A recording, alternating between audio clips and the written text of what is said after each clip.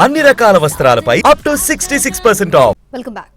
సింహాచలం తొలి పావంచ దగ్గర రేకుల షెడ్డు కూలిన ఘటనపై అధికారులు చర్యలు చేపట్టారు. ప్రమాదకరంగా మారిన భారీ రేకుల షెడ్డును తొలగిస్తున్నారు. ప్రమాద ఘటనపై విచారణ జరుపుతామని అంటున్నారు ఆలయ అధికారులు. మరింత సమాచారాన్ని మా ప్రతినిధి చిరంజీవి అందిస్తారు. నెల 9వ తేదీన జరిగేటువంటి గిరి ప్రదక్షిణకు సంబంధించి అన్ని ఏర్పాట్లు కూడా శరవేగంగా జరుగుతున్న క్రమంలో ఒక ప్రమాదం చోటు చేసుకుంది. ప్రారంభ దశలోనే ఉన్నటువంటి ఒక భారీ షెడ్ కూడా కూలిపోయింది.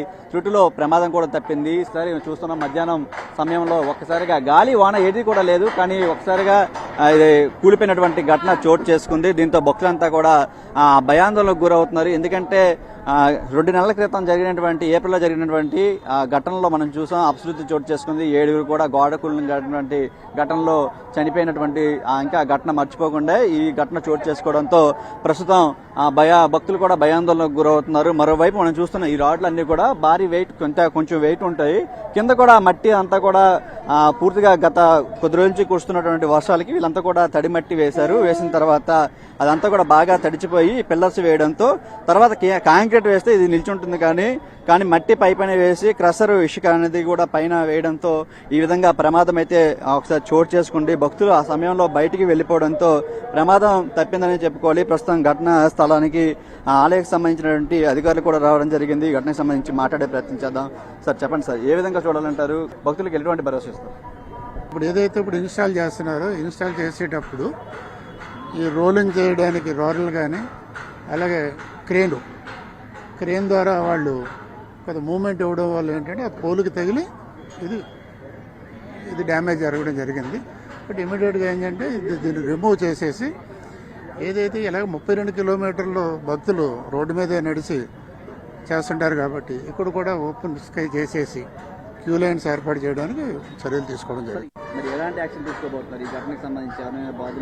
అంటే ఇప్పుడు కాంట్రాక్టర్ వర్క్ చేసేటప్పుడు వాళ్ళ వెహికల్ తగిలి ఇదైంది కాబట్టి రిమూవ్ చేయమన్నాము. ఫర్దర్గా ఆయన మీద చర్యలు ఏంటనేది నిర్ణయం తీసుకోవడం జరుగుతుంది. ఇది ప్రస్తుతం మనం చూస్తున్నాం. ఘటనా స్థలానికి ఆలయకి సంబంధించినటువంటి అధికారులు కూడా ఇక్కడ ఇది చేయడం జరిగింది. తర్వాత మొత్తం ఇది ప్రమాదకరమని తెలిసినటువంటి పరిస్థితి నేపథ్యంలో ఇప్పుడు దీన్ని మనం చూస్తున్నాం. ఇప్పటికే దీని మీద ఎన్టీవీ వార్తలు వేయడం జరిగింది. భక్తుల ప్రాణాలకు ఇది సంబంధించినటువంటి విషయం. ఎందుకంటే ఆ రేకులన్నీ కూడా ఎంత పదునైనవో చూసుకోవచ్చు. అవి గనక కుప్పకూలి అక్కడ ఉన్నటువంటి ప్రజల మీద పడితే 10ల సంఖ్యలో 100ల సంఖ్యలో ఇక్కడ ఉన్నటువంటి ప్రజలంతా కూడా తీవ్ర గాయాలు పాలయ్యే అవకాశం ఉంది. కాబట్టి ఇది ప్రమాదం అని తెలిసి ఉన్నపలంగా ప్రస్తుతం కథనాలకి స్పందించి మొత్తం వీటన్నిటిని కూడా రిమూవ్ చేస్తున్నటువంటి పరిస్థితి కనిపిస్తుంది. ఏదేమైనప్పటికీ త్రుటిలో ప్రమాదం తప్పిందనే చెప్పుకోవాలి. ఎందుకంటే ఈ జరిగేటువంటి గిరి ప్రదక్షిణలో 32 కిలోమీటర్ల పాటు జరిగేటువంటి గిరి ప్రదక్షిణలో మొత్తం రాష్ట్ర నలుమూల నుంచి కూడా భక్తులు లక్షలాది మంది వస్తారు. వాళ్ళంతా కూడా ఇక్కడి నుంచే మొదలు పెట్టేటువంటి గిరి ప్రదక్షిణ. వాటికి ఎటువంటి ప్రమాదం, ఎటువంటి ఇబ్బంది కలగకుండా ఆలయ అధికారులు చర్యలు చేపట్టాలి. కానీ అటువంటివి ఇక్కడ ఏం జరగట్లేదని చెప్పేసి మనకు స్పష్టంగా అవుతుంది. మరి దీని మీద ఫర్దర్గా ఎటువంటి యాక్షన్ తీసుకుంటారనేది చూడాల్సింది.